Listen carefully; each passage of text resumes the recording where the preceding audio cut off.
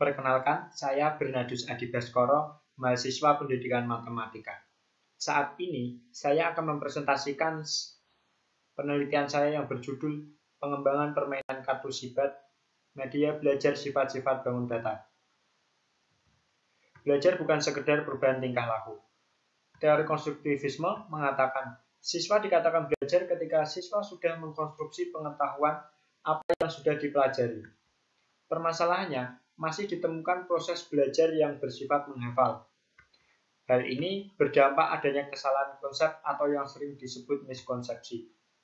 Contohnya penelitian Mufida dan penelitian Susanti, di mana subjek-subjek dalam penelitian itu menyebutkan bahwa bangun yang disebut sebagai jajar genjang adalah bangun pada gambar 1. Adapun bangun-bangun pada gambar 2 bukan merupakan jajar genjang. Hal ini bertentangan dengan konsep matematika yang mendefinisikan jajar genjang sebagai bangun datar yang memiliki dua pasang sisi sejajar yang sama panjang. Agar dapat mewujudkan pembelajaran yang konstruktivis, diperlukan pemberian stimulus yang tepat. Pemberian stimulus dapat dilakukan dengan cara media pembelajaran. Salah satu jenis media pembelajaran yang dapat digunakan untuk memberi stimulus dalam belajar bangun datar adalah media kartu. Contohnya seperti yang dilakukan Daerah dan Rahmatin dalam penelitiannya. Media kartu ini berupa latihan soal yang diwujud nyatakan dalam kartu-kartu. Adanya contoh tersebut menginspirasi untuk dikembangkannya media permainan kartu yang dapat memberikan stimulus agar siswa mengkonstruksi konsep bangun datar secara tepat. Oleh karena itu, penelitian ini bertujuan untuk mengembangkan media pembelajaran yang valid dan praktis. Oleh karenanya, penelitian ini termasuk penelitian pengembangan atau yang sering disebut research and development. Dengan model pengembangan yang digunakan adalah ADDIE. Penelitian ini melibatkan 18 validator yang terdiri dari dosen matematika dan guru matematika. Dalam hasil dan pembahasan akan diuraikan berdasarkan tahap ADDIE. Yang pertama analisis. Analisis dalam penelitian ini dibagi menjadi dua, yaitu analisis kinerja dan analisis kebutuhan. Analisis kinerja menunjukkan bahwa masih ditemukannya proses pembelajaran yang belum sepenuhnya konstruktivisme. Akibatnya menjadi kesalahan konsep. Media yang bisa digunakan sebagai pemberian stimulus agar siswa dapat mengkonstruksi konsep secara benar, justru penggunaannya masih berpusat pada guru. Analisis kebutuhan menunjukkan bahwa diperlukannya media yang dapat memfasilitasi siswa untuk mengkonstruksi pengetahuan, dan penggunaannya berpusat pada siswa, dan media dapat menarik siswa untuk menggunakannya. Setelah dilakukan tahap analisis, maka dilanjutkan ke tahap mendesain permainan kartu yang dibutuhkan. Desain yang dilakukan mencakup aturan permainan, guna berjalannya permainan. Selanjutnya, permainan ini diberi nama permainan kartu sibat, yang diambil dari akronim sifat bangun datar. Berikutnya, pembuatan logo. Adapun logo dari permainan ini dibuat dalam dua warna dasar yang berbeda, dikarenakan nantinya logo akan dicantumkan dua jenis kartu sibat yang juga memiliki warna dasar yang berbeda. Komponen dalam permainan kartu sibat terdiri dari kartu sifat dan kartu bangun. Kartu bangun tidak hanya mencantumkan gambar bangun datar, namun juga mencantumkan gambar bangun konstekstual yang dapat menambah wawasan pemain.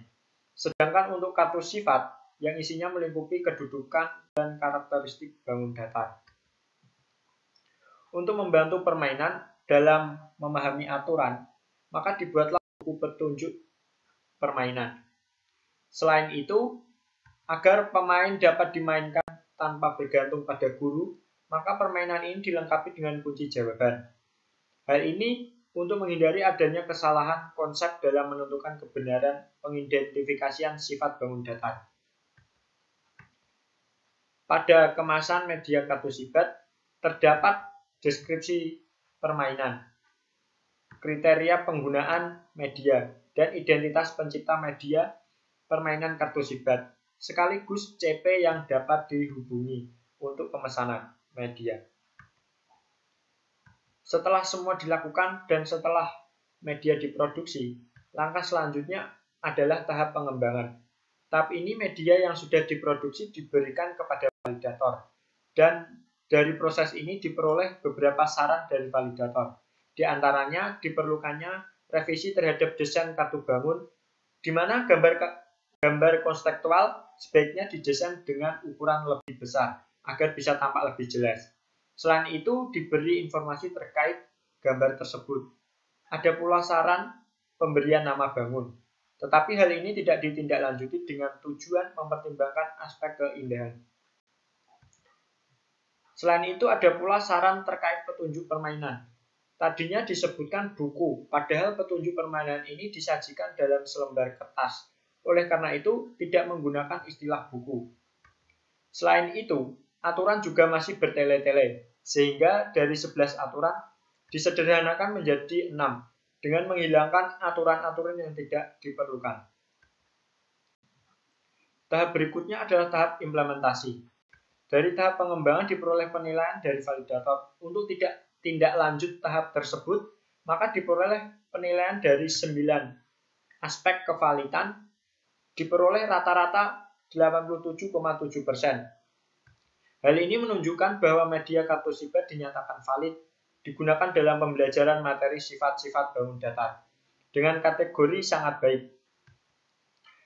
Adapun dari uji kepraktisan dinyatakan praktis, baik dari segi mempersiapkan penggunaan media maupun dalam penggunaan media dan juga penyimpanan dan pemeliharaan dengan kategori sangat praktis. Tahap terakhir adalah tahap evaluasi. Evaluasi ini dilakukan pada tahap implementasi atau percobaan media secara terbatas.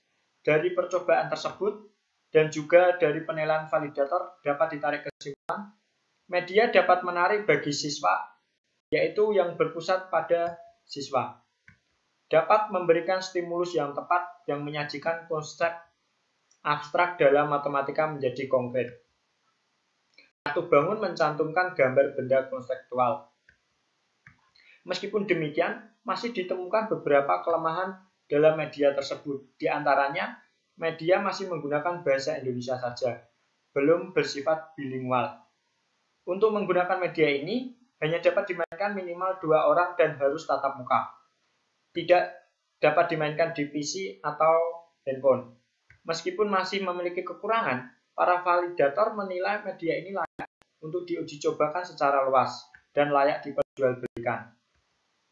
Dapat disimpulkan, media permainan kartu SIBAT dinilai valid atau sangat baik dan sangat praktis.